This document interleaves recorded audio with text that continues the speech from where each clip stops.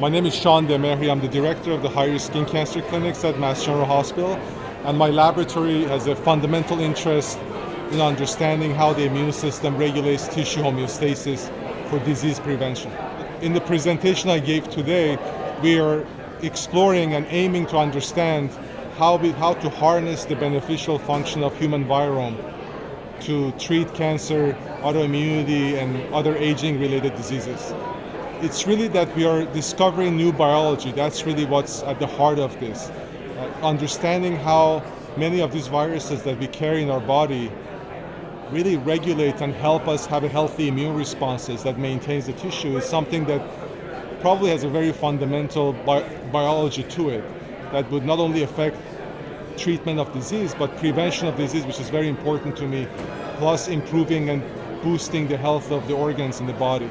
It's really the patients. As I mentioned, I'm a director of the high-risk skin cancer clinic at MGH, and one of the things we see is that patients with very severe forms of skin cancer, which many times really associates with expansion of viruses because of reduction or compromised immune response to those viruses, and really inspired me to understand, so how does those antiviral immune responses then affect the cancer? And what we realize is that the virus interacts with the immune system to educate the immune system against the cancer.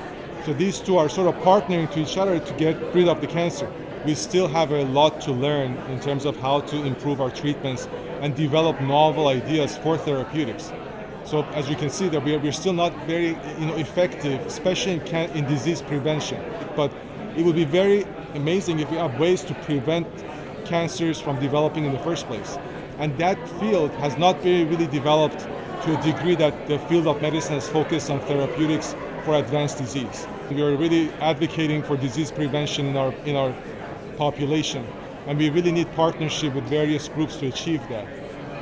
In academic settings, we really benefit from interacting with other groups that have vested interest in this topic and trying to promote, again, health, prevent disease in patients. And we can use any help we can get really to push this forward and expand it, as I mentioned to you, in our case, in really bringing new biology to the field of medicine, which is beneficial effects of viruses, which we don't really think about normally. It's really something that needs a lot of support and a group effort to take it into a next step and translate those fundamental biology that we are learning right now to therapeutic benefit.